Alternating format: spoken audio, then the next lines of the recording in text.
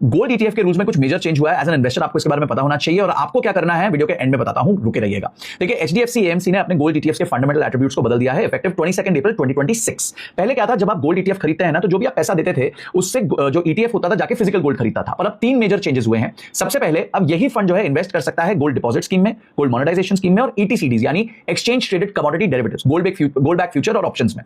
बदलाव टू ये है कि ये सब मिला के एनएवी का 50% तक हो सकता है, जिसमें गोल्ड डिपॉजिट और मोनेटाइजेशन स्कीम मिला के मैक्सिमम 20% तक हो सकती है। और थर्ड है 5% डेट पोर्शन, जिसमें अब डेट म्यूचुअल फंड्स भी अलाउड है।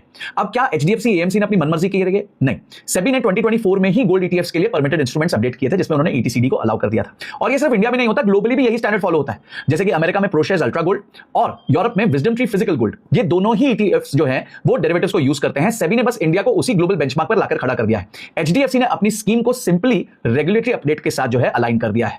अब समझिए कि इसमें हो क्या सकता है। एक किस्सा है मार्च 2020 का, कोविड के क्रैश के दौरान जब फ्यूचर्स थे जो गोल्ड के, वो $70 के प्रीमियम पर ट्रेड कर रहे थे as compare to the spot. इस केस में क्या होता है कि जो एनएवी में फर्क आ जाता है तो इन्वेस्टर को लगता है कि या तो उसका एनएवी बहुत बढ़ गया है या उसका एनएवी बहुत घट गया है। इसीलिए एचडीएफसी ने एक क्लियरली मेंशन किया है कि जो ईटीसीडीज है ना, सिर्फ रेयर सिचुएशन में यूज होंगे जब फिजिकल गोल्ड की कमी होगी मार्केट में। नहीं तो जो ओरिजिनली चल रहा था कि भाई पैसा लेके फिजिकल गोल्ड खरीदना है, वही चलेगा, रेगुलर स्ट्रेटजी ही चलेगी। अब आप क्या तीन चीजें कर सकते हैं। सबसे पहले एचडीएफसी ने एक एग्जिट विंडो दी है 23 मार्च से लेकर 21 अप्रैल तक।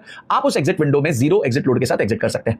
दूसरा यह है कि जब आप एग्जिट करेंगे तो आपको कैपिटल गेन्स देना पड़ेगा। और तीसरा, अगर आप लॉन्ग टर्म इन्वेस्टर है तो घबराइए मत। फरवरी 2026 में भी इस फंड के पास 15,000 किलो गोल्ड से ज्यादा पड़ा हुआ था फिजिकल में, यानी कि ऑलमोस्ट पूरा पोर्टफोलियो इनका गोल्ड था।